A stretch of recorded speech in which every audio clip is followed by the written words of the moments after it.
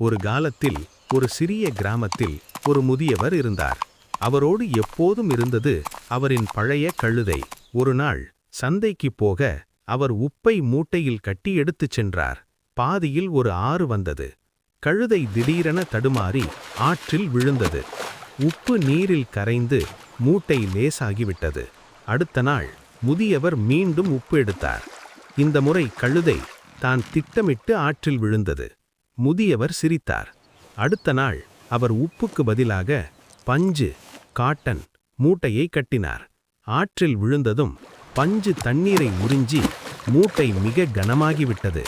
அப்போதுதான் கழுதைக்கு புரிந்தது, சுருக்கமான வழியை தேர்ந்தெடுத்தால் அது ஒரு நாள் நம்மையே சுமையாக மாற்றும். நேர்மையும் பொறுமையும் தான் நீடித்த வெற்றிக்கு வழி என்று. இந்த கதை உங்களுக்கு பிடித்திருந்தால் வீடியோவை லைக் பண்ணிட்டு நம்ம கேஆர்வி எடிட்ஸ் சேனலை சப்ஸ்கிரைப் பண்ணுங்க. இன்னும் நல்ல கதையோட அடுத்த வீடியோல பார்ப்போம். நன்றி.